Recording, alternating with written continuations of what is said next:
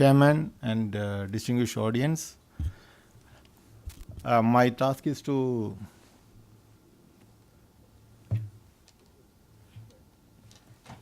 give an idea about the implementation of CREZ with respect to Kerala coast, because as you know, Kerala is densely populated and with several networks of backwaters and riverine connections. So we get salinity deep into the inshore areas or landward side. If you look at landward side, our Kerala's width is around average is 60 kilometers, and we get the influence of salinity 5 ppt probably up to 30 kilometers in some regions, because if you look at the elevation of Kerala, average is only 3 feet from sea, and in some parts of the state it is below sea level, like in Netherlands, like in Kutanad.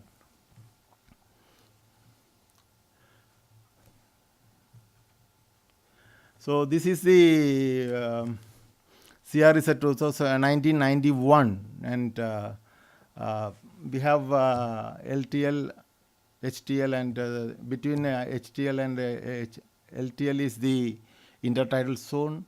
We have 200 meters no development zone, and between 200 and 500 some restricted activities are possible.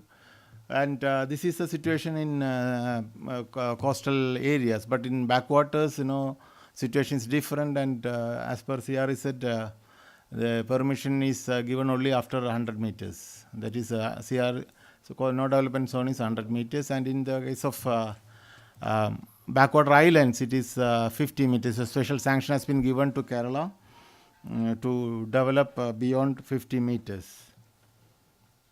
So these are some of the restricted activities, within CREZ, and I don't want to go deep into it because all of you know about the restrictions within CREZ.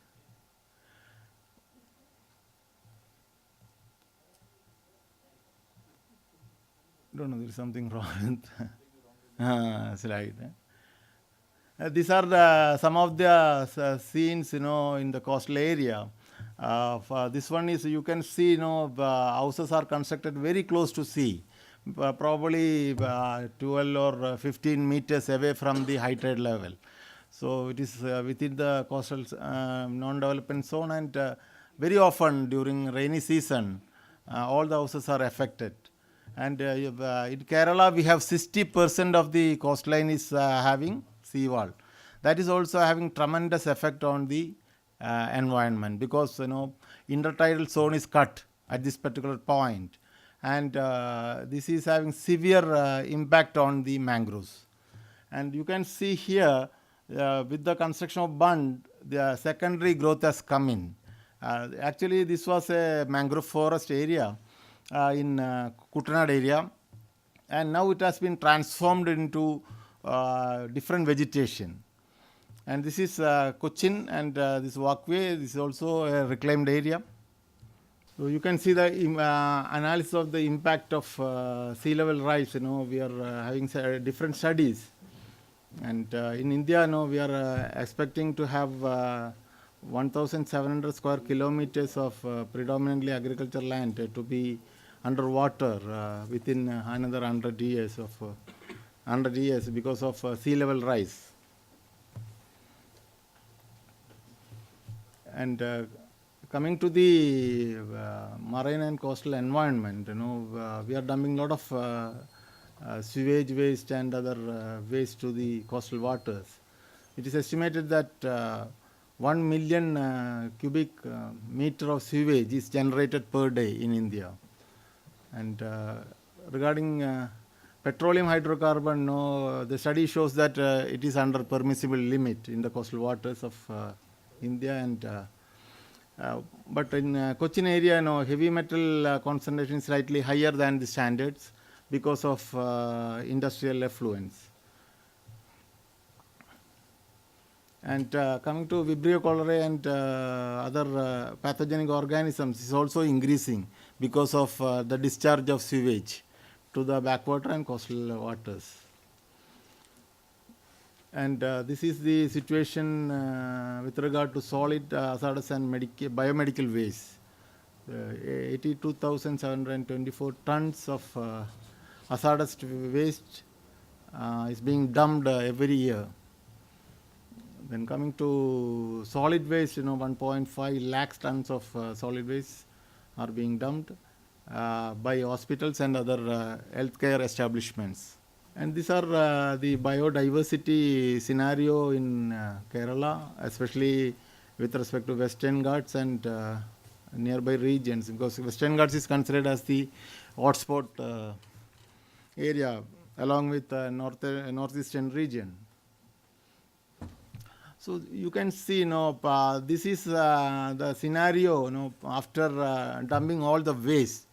This was a beautiful canal, freshwater canal with a slightly slight tidal influx. But you can see now it has been transformed into probably a marshy area with land vegetation. Slowly after some time now this will be transformed into a land. So this is another scene, is sand mining. Sand mining is actually banned in most of the areas in Kerala, but this is being done illegally in several parts with the support of local bodies.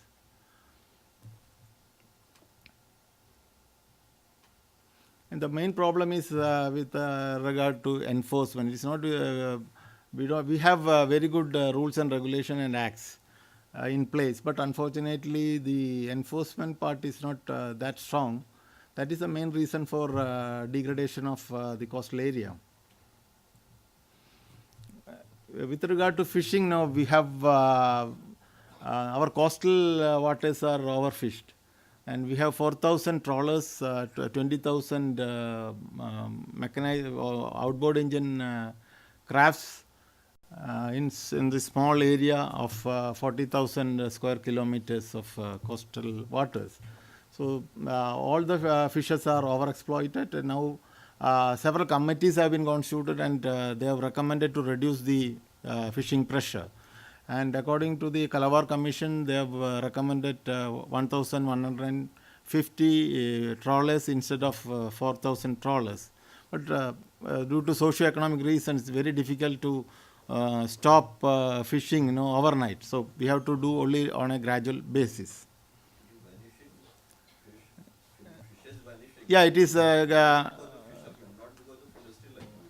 It is not because of industrial activity. It is overfishing. Fishing is actually based on overfishing only. Impact on fishing is based on overfishing, not industrial activity. You can see here, this was a beautiful mangrove area with the construction of seawall. The intertidal zone was cut, and now this area was become a land area. And this is the last mangrove to be disappeared, probably in another 1 or 2 years. These are the main coastal activities. We have coconut and coir activities, then agriculture, mainly paddy, then fishing, then integrated farming. These are the main activities in the coastal area, especially in the coastal zone. And these are different fishing activities. This is one lady is collecting clams. You can see the size of clams, very small. We had studied before 20 years back, and we found that now the clam size is 50% less than the original size. So that means it is overfished.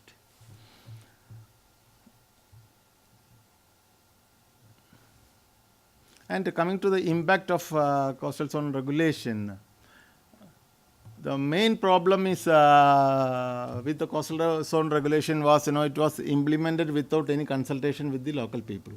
So local people are not aware of the real impact or real benefit of the CRZ. That is the main reason. Then even though we have introduced CRZ in 1991, only when Supreme Court intervened and gave a verdict in 1994 with respect to coastal farming, aquaculture, people were aware of the impact, real impact of CR reset, and all of a sudden, Supreme Court gave a direction to stop all the semi and intensive prawn farming in the coastal zone within 90 days. So they Supreme Court gave direction to all the district collectors and state governments. So they actually, this has a real impact on the coastal zone.